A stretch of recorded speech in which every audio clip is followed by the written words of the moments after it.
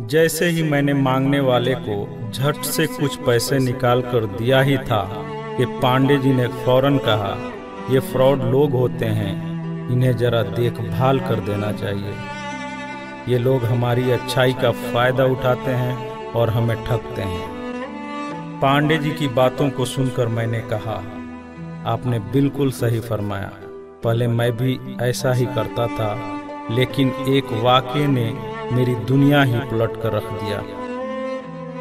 रोज की तरह मैं घर से ऑफिस के लिए जा रहा था कि रास्ते में एक शख्स फुटपाथ के किनारे अपना बीमार बच्चा लेटाए हुए उसे हॉस्पिटल ले जाने के लिए भगवान के नाम पर टैक्सी का किराया मांग रहा था। वो कभी किसी पैदल का बाजू पकड़कर हाथ जोड़ देता, मेरा बच्चा बचा लें, मुझे टैक्सी का किराया दे दें, तो कभी किसी गाड़ी वाले को हाथ देकर रोकता और उसके पीछे भागता कि वो कार में उसके बच्चे को हॉस्पिटल पहुंचा दे। कोई रुकता तो कोई नहीं रुकता, जो भी रुकता वो भी उसे घूर कर देखता और आप वाली सोच सोच कर उसे डांटता, काम करके खाने की नसीहत करता और आगे निकल जाता। मैं जैसे ही अपनी कार पार कर रहा था कि उसकी नज़र मुझ पर भी पड़ी और वो मेरे गाड़ी के सामने आकर खड़ा हो गया था और मेरे रुकते ही मेरे दरवाजे के शीशे पे जोर जोर से पीटने लगा।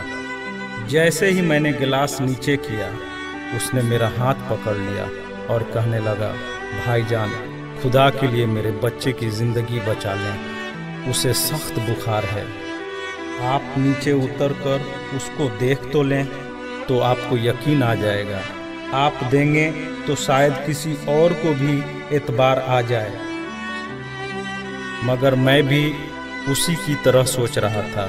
मैंने भी उसे काम करके खाने की तस्कीन की और पिछले जुम्मा की सुनी हुई हदीस उसको भी सुना दी कि कमा कर खाने वाला अल्लाह का दोस्त होता है, और गिलास बंद करके आगे बढ़ गया, ये बड़बड़ाते हुए कि हरामखोर ये हमें बेवकूफ़ समझते हैं।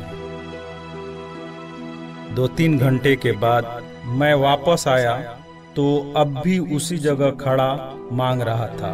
बच्चे को अब वो सड़क के किनारे ले आया था और उसके चेहरे से कपड़ा भी उठा रखा था और वो दहाड़ मार मार कर रो रहा था। अब वो अपने बच्चे के कफन और दफन के लिए मांग रहा था। मैं गाड़ी रोककर नीचे उतरा और मैयत की तरफ देखा। फूल की तरह मासूम बच्चा जिंदगी का बाजी हार गया था। मेरे रोंगटे खड़े हो गए। मैंने जेब में जो कुछ भी था जेब से निकालकर बेगर देखे उसके तरफ फेंका। उससे पहले कि उसका बाप मुझे देखे, मैं उस तेजी से वहां से निकला मानो दुनिया की सारी बलाएं मेरे पीछे लग गई हों। मैं ऑफिस पहुंचा तो मेरा बुरा हाल था, ऐसा कि जैसे मुझे बुखार जकड़ने लगा हो। मेरा काम में मन नहीं लग रहा था। मैंने उस दिन की सारी मीटिंग को कैंसिल कर दिया। मैं भी उसी बच्चे की तरह एड़िया रगड़ रगड़ कर मरना चाहता था। 2-3 दिन के बाद बुखार को तो आराम आ गया, लेकिन मैं जहनी मरीज बन गया था। मुझे लगता था कि मेरी उसी सोच से वो बच्चा मर गया। कुछ दिन गुजरे, मैं ऑफिस में स्टाफ से बात कर रहा था। तब तक रिसेप्शन से आवाज़ आई, सर आपसे कोई मिलना चाहता है। मैंने पलट कर देखा, सामने उस मरे हुए बच्चे के बाप को देखकर मुझे चक्कर आ गया और मैं पत्थर का बुत बने उसे देख रहा था। तभी उसने अपने जेब में हाथ डालकर कुछ पैसे निकाले और मेरा शुक्रिया अदा करके कहने लगा कि आपके पैसे बड़ी बरकत वाले थे। शायद आपके खुलूस की बरकत थी कि मेरे बहुत सारे काम हो गए। सारे खर्चे के बाद कुछ पैसे बच गए और उनमें से कुछ पैसे मैंने उधार लेकर डाले हैं। ये आप कबूल कर लीजिए, बाकी मैं आपको जल्द ही वापस कर दूंगा। मैंने पैसे वापस लेने से सख्ती से इनकार कर दिया और मिन्नत करके उसे पैसे रखने को राज़ी कर लिया। और जैसे ही वो जाने लगा, मैंने उसे रोका और अपनी कंपनी में काम करने के लिए पूछा। वो ऐसे राजी हो गया जैसे उसे काम की ही तलाश थी और किसी ने उसके दिल की बात सुन ली हो। वो बहुत खुश हुआ और अगले ही दिन से मेरी कंपनी में बतौर वॉचमैन काम करने लगा। पांडे जी, मैं आपको उससे मिलवाऊंगा, लेकिन वो कार वाला किस्से का जिक्र उससे मत करना। उसने आज तक नहीं पहचाना कि उसने मेरा भी कार रोककर मुझसे मदद मांगी थी।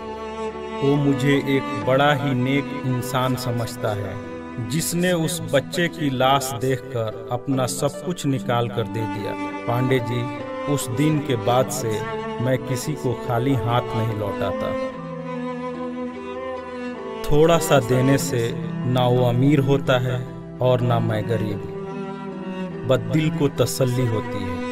और रह गई लूटने की बात, तो पांडे जी हमें कौन नहीं लूटता। कपड़े वाला हमें लूटता है, दवाई वाला हमें लूटता है, सब्जी वाला हमें लूटता है, दूध वाला हमें लूटता है। इतना सा लूटने के बाद अगर कोई हमें खुदा के नाम पे लूट ले, तो शायद मरने के बाद खुदा हमारे गुनाहों को माफ कर दे कि ये बंदा मेरे खातिर मेरे नाम पे लूटता रहा, और शायद हमारी गुनाह बख्श दे।